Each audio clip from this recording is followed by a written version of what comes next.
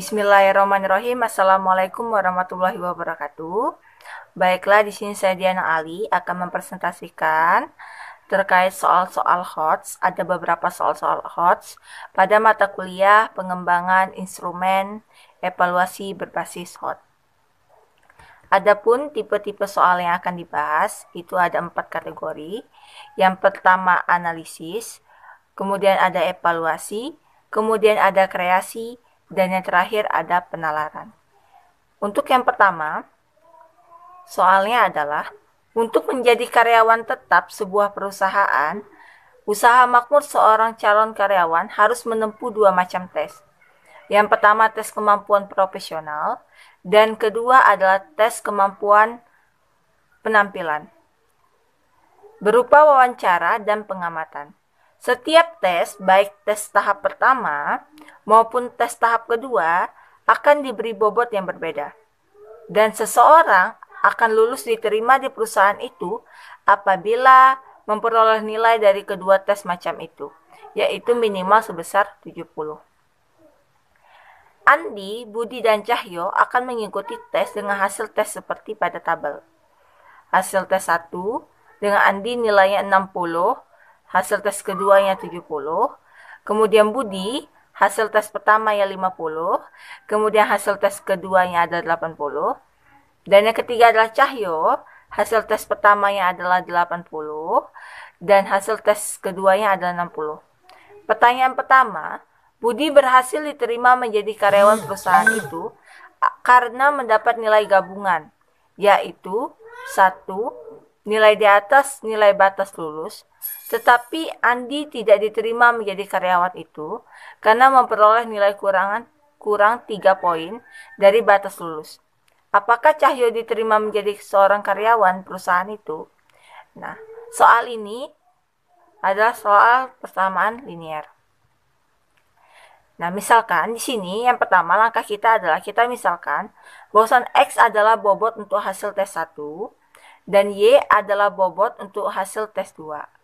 Di mana berarti tadi 60X ditambah 70Y sama dengan 70 dikurang 3 sama dengan 67.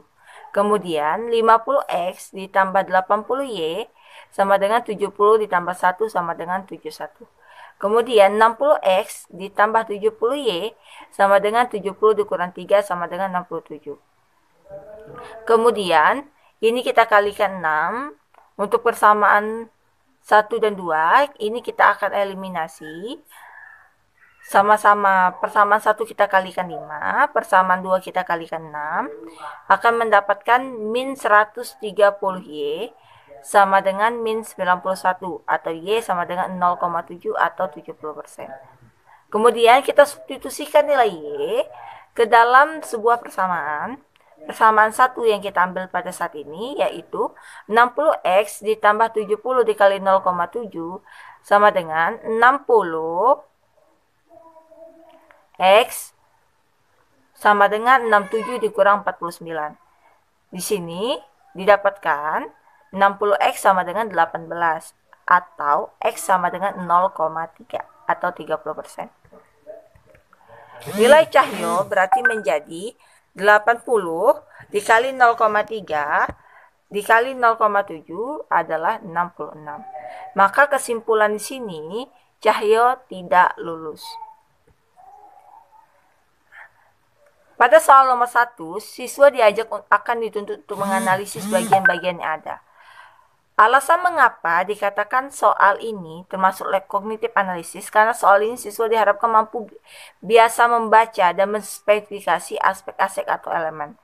Dalam soal, pada tingkat analisis, hal yang perlu dipertanyakan yaitu apakah siswa dapat membedakan antara konsep yang berbeda. Kata kerja yang digunakan yaitu membandingkan, memeriksa, mengkritisi, menghubungkan, dan menguji.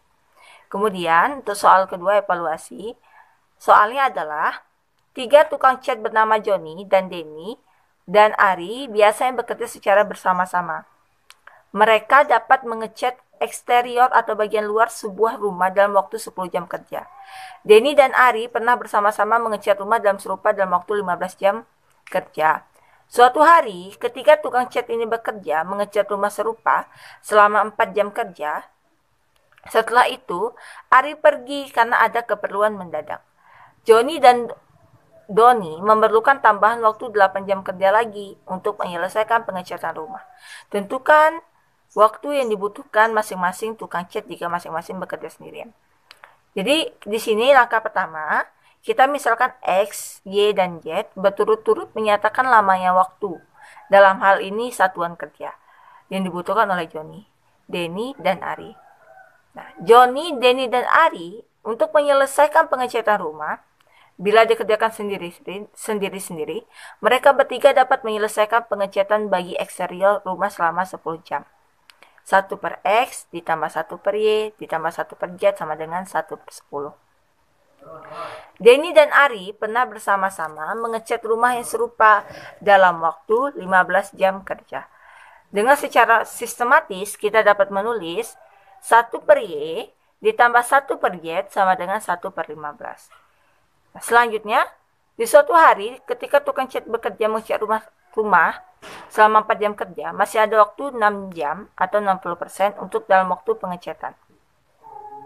Ini dapat kita lihat di PowerPoint-nya, penyelesaiannya. Setelah itu kita buat persamaan lagi, dapat persamaan 3 per 40. Kita substitusi. Nah, jadi di sini disimpulkan bahwasannya Y sama dengan 120 per 5 atau 24 jam. Jadi waktu yang dibutuhkan untuk dalam PowerPoint ini, tadi kita dapatkan X-nya 30, kemudian kita dapatkan X-nya 30, Y-nya 24, dan Z-nya 40 jam. Jadi waktu yang dibutuhkan oleh Johnny, Eddie, Denny, dan Ari jika masing-masing bekerja sendirian berturut-turut adalah 30 jam, 24 jam, dan 40 jam. Kemudian, mengapa nomor 2 termasuk ke dalam level kognitif evaluasi? Pada soal ini, menerangkan yang berhubungan dengan menilai, mengambil kesimpulan, membandingkan, mengkritik, membedakan, menerangkan, memutuskan, dan menafsirkan. Karena evaluasi diartikan sebagai kemampuan menilai manfaat suatu hal yang merupakan kemampuan seseorang untuk membuat suatu pertimbangan terhadap sesuatu, kondisi, nilai, atau ide. Misalkan jika seorang dihadapkan beberapa pilihan, maka ia akan mampu memilih satu pilihan kata yang terbaik sesuai dengan patokan kriteria yang ada. Selanjutnya, level kognitif kreasi soalnya, suatu perusahaan rumahan meminjam uang sebesar 2.250.000.000 dari 3 bank yang berbeda untuk memperluas jangkauan bisnisnya. Suku bunga dari ketiga bank tersebut adalah 5%, 6%, dan 7%. Tentukan berapa pinjaman perusahaan tersebut terhadap masing-masing bank jika bunga tahunan yang diberikan perusahaan sebesar 130 juta. Dan banyaknya uang yang dipinjam dengan bunga 5% sama dengan 2 kali yang dipinjam dengan bunga 7%. Nah, di sini kita bisa lihat di PowerPoint, kita misalkan X dan Y, Z. X-nya bunganya 5%, Y-nya 6%, dan Z-nya adalah 7%. Kemudian di mana X plus Y plus Z adalah 2.250 jutaan. Kemudian persamaannya menjadi 0,05X ditambah 0,06Y tambah 0,07Z sama dengan 130. Sedangkan persamaan ketiga, kita diperoleh dari kalimat bahwasannya banyaknya uang yang dipinjam dengan bunga 5% dengan 2 kali yang dipinjam dengan 7%. Sehingga persamaannya adalah X sama dengan 2Z. Ketika persamaan tersebut akan membentuk persamaan ini. Ini bisa kita lihat ya di sini. Persamaannya X plus Y plus Z sama dengan 2.250. 0,05X ditambah 0,06Y ditambah 0,07Z sama dengan 130. Ini. Nah, maka di sini dengan menyelesaikan subsistem 2 kali 2 persamaan terakhir, menggunakan min P2 ditambah P3 akan menghasilkan Z 500. Selanjutnya dengan menerapkan substitusi balik akan menghasilkan X sama dengan 1000 dan Y sama dengan 750. Di sini akan diperoleh X-nya 1000, Y-nya 750, dan Y-nya, Z-nya adalah 500. Ini berarti bahwa perusahaan tersebut meminjam 1 miliar rupiah pada bunga 5%, 750 juta rupiah pada bunga 6%, dan 500 juta rupiah pada bunga 7%. Nah, mengapa ini termasuk kognitif analisis? Karena dalam soal ini siswa diharapkan mampu menspesifikasi aspek-aspek elemen dan mencipta jawaban sendiri.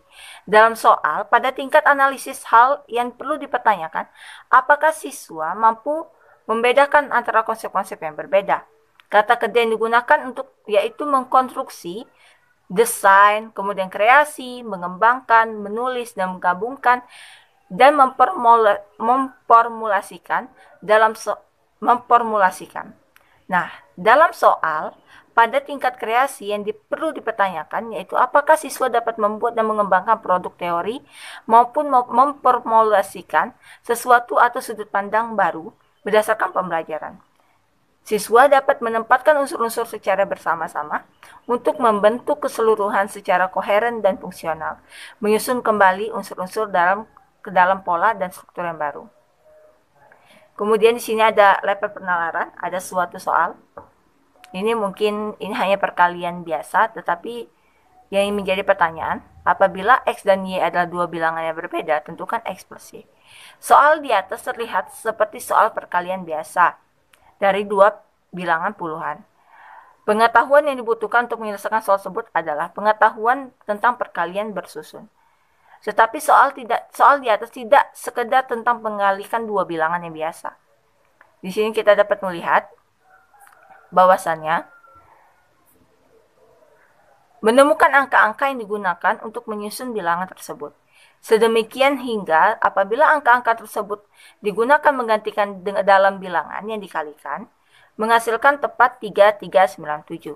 Disinilah kemampuan menalar siswa yang diperlukan. Tidak sekedar prasyarat pengetahuan tentang perkalian yang dibutuhkan. Di sini kita akan mencari angka-angka yang kosong yang akan menghasilkan 3397.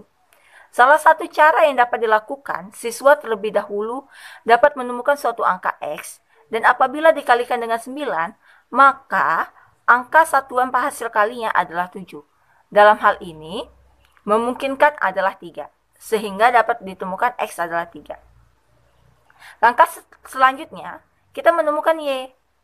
Permasalahan sekarang mencari Y sedemikian sehingga apabila dikalikan 3, maka satuannya apabila dijumlahkan dengan 8 akan diperoleh 9. Di sini kita dapat melihat, maka Y akan 7. Ternyata hasil yang diperoleh tepat. Apabila Y digantikan 7, maka perkalian selanjutnya menemukan hasil perkalian seperti yang ditetapkan dalam soal, yaitu 3397. Dengan demikian, X sama dengan Y sama dengan 7, dan X plus Y sama dengan 10. Nah, mengapa soal ini? Sudah jelas ya, di situ terlihat, di soal nomor 4 itu bahwasannya soal ini termasuk soal penalaran. Nah, ciri soal penalaran yaitu menuntut kemampuan menggunakan penalaran dan logika untuk mengambil suatu keputusan. Memprediksi, merefleksi, serta kemampuan menyusun strategi baru untuk memecahkan masalah. Mungkin itu saja keempat tipe soal dalam tipe HOTS ini. Mungkin itu saja yang bisa saya sampaikan. Apabila ada kesalahan saya mohon maaf, kepada Allah saya mohon ampun. Saya akhiri. Billahi taufiq wal hidayah. Wassalamualaikum warahmatullahi wabarakatuh.